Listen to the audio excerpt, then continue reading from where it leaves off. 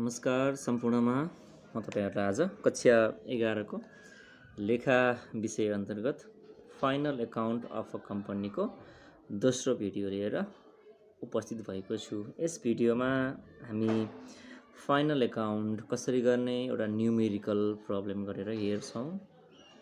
मैले एउटा अस्मिता पब्लिकेसनको क्वेशन लिएको छु। क्वेशन म तपाईलाई चाहिँ यहाँ देखाउँछु अनि हामी हिसाब सुरु गर्छौं है त। हामी एउटा अस्मिता पब्लिकेसनबाट क्वेशन हेर्न गइरहेका छौं।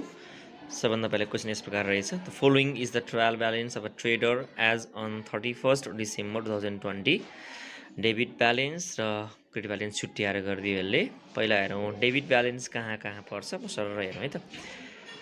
बिगिनिङ स्टक ट्रेडिङको डेबिटमा राख्ने, पर्चेजलाई ट्रेडिङको डेबिटमा राख्ने, डेप्टर्स ब्यालेन्स सिटको एसेटमा राख्ने, इन्ट्रेस्ट प्रॉफिट एन्ड लस को डेबिटमा राख्ने, एक्सपेन्सेस अन पर्चेज ट्रेडिङको डेबिटमा राख्ने, मसिनरी ब्यालेन्स सिटको एसेटमा राख्ने, अडिट फी प्रॉफिट लस को डेबिटमा, क्याश एट बैंक ब्यालेन्स सिटको asset, goodwill balance sheet asset, drawing balance sheet asset, bad debts PL debit, wages trading debit, salary PL debit.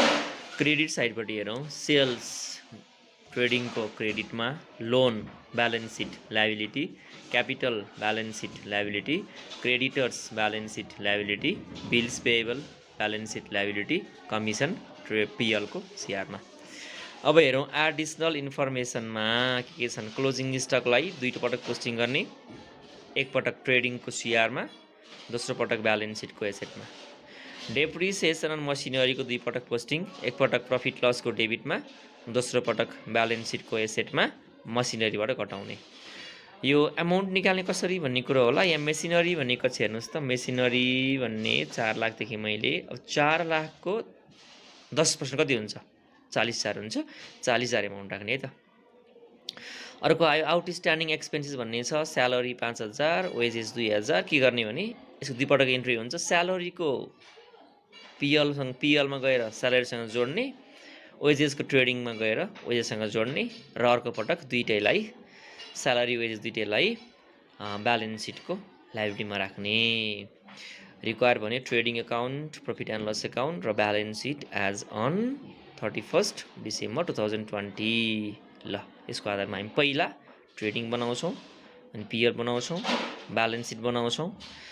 Trading र PL चाहिँ सँगसँगै गर्न मिल्छ है। ल मैले सुरुमा ट्रेडिङ अकाउन्ट बनाउन आँटे। ट्रेडिङ अकाउन्टको डेबिट साइडपट्टि 2 लेखिन्छ, 2 क्रेडिटपट्टि बाई लेखिन्छ।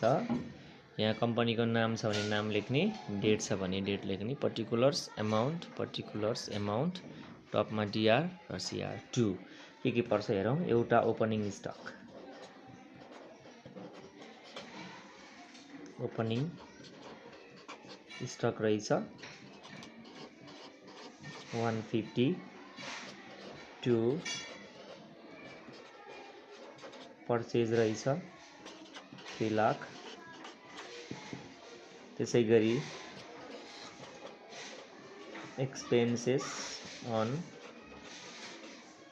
Purchase 15,000, 2 wages 10,000। वेजेस को ड्यू छ, त्यही भएर अगाडिपट्टि लेखेँ मैले। ड्यूलाई एड गर्ने, यसलाई हामी आउटस्ट्यान्डिङ भन्छौं। 2,000 जोड्ने 12,000 हुन्छ। सीआर पट्टि by sales 7 lakh by closing stock 1 lakh. हेर्नुस् त, यसलाई ब्यालेन्सिङ गर्ने काम बाँकी रह्यो। यहाँ 8 लाख भयो,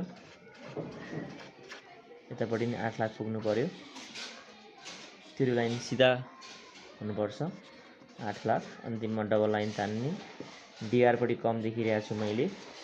डीआर पट्टि कम हुन्छ भने ग्रस प्रॉफिट बीएफ बिएफ भनेको ब्यालेन्सिङ फिगर गरेको कति पुग्दैन भन्दाखेरि 3,23,000 पुगेन।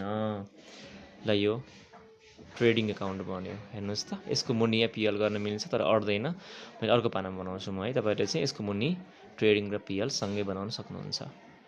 अब पिएल सुरु हुन्छ। सबभन्दा पहिला ऐनाको ग्रस प्रफिटलाई यतापट्टि सिआर साइडपट्टि सारेर हिसाब सुरु हुन्छ। 3,23,000 हुन्छ। 3टा 0। अब 2 किताब हेर्नु पऱ्यो कुन कुन छ राख्न मिल्ने। एउटा स्यालेरी रहेछ, स्यालेरी 20,000। यसको पनि ड्यू छ, मैले अगाडिपट्टि लेखेँ। ड्यू भनेको आउटस्ट्यान्डिङ कति रहेछ 5,000, 20 5 25,000 हुन्छ। अर्को इन्ट्रेस्ट अहिले मैले भनेअनुसारको इन्ट्रेस्ट 26,000। 2 ब्याड डेब्स, यसलाई खराब आसामी भनिन्छ, 2,000। 2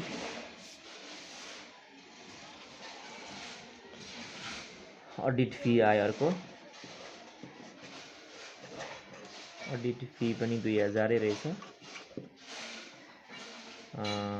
depreciation on machinery, depreciation on machinery भनेको 10% थियो होइन, 40,000 लेख्ने, 4 लाखको 10%।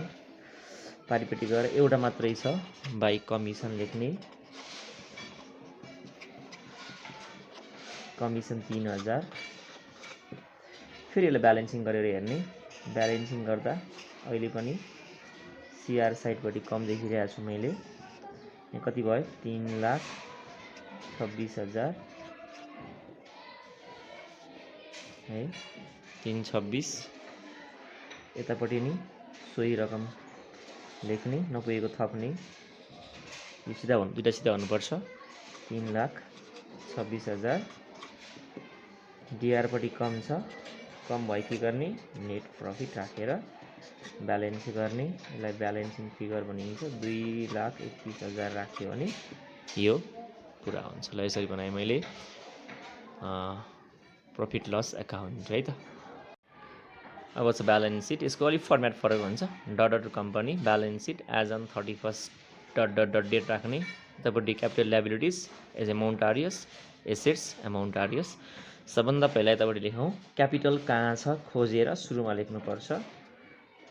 क्यापिटल कति छ भन्दाखेरि 4 लाख रहेछ,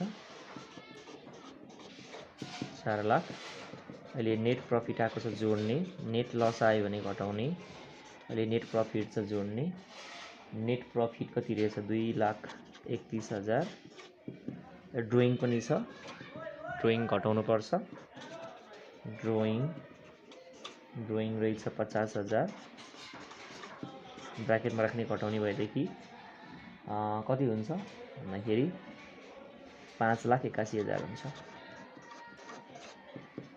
अरू कुन कुन पर्थ्यो होइन भनेअनुसार बिल्स पेएबल 10,000। यसमा 2 र बाई लेख्दिन है, डिआरसिआर छैन नि त। अर्को आयो क्रेडिटर्स 57,000। लोन रहेछ 70,000। Outstanding salary OUT dot SALARY salary 5,000। अनि OUT वेजेस 2,000। ल यसलाई चाहिँ ग्रान्ड गर्ने। ब्यालेन्स सिट त बराबर हुनुपर्छ।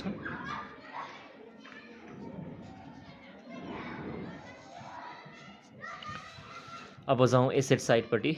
एसेटपट्टि के छ हेरौँ। पहिला एउटादेखि मैले मसिनरी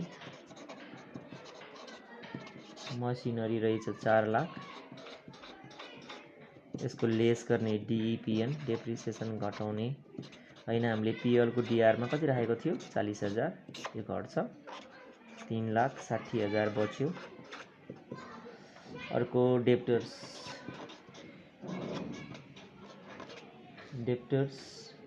150। अर्को क्यास एट बैंक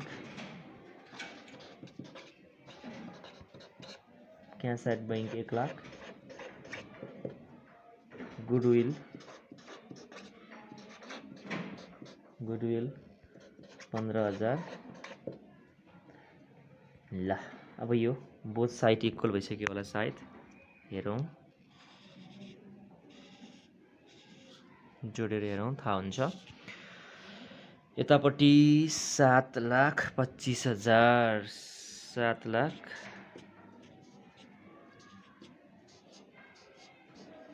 3टा 0।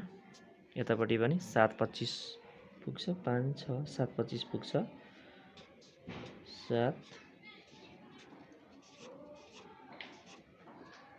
ल 7,25। यसरी हामीले चाहिँ ब्यालेन्स सिट बनाएर हेऱ्यौँ।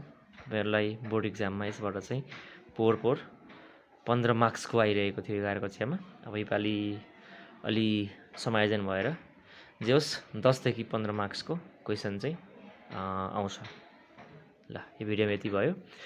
हामी यस्तै भिडियोहरू अरू पनि ल्याउनेछौँ। हाम्रो च्यानललाई सब्सक्राइब, लाइक, सेयर र कमेन्ट गर्न नबिर्सिनु होला। धन्यवाद।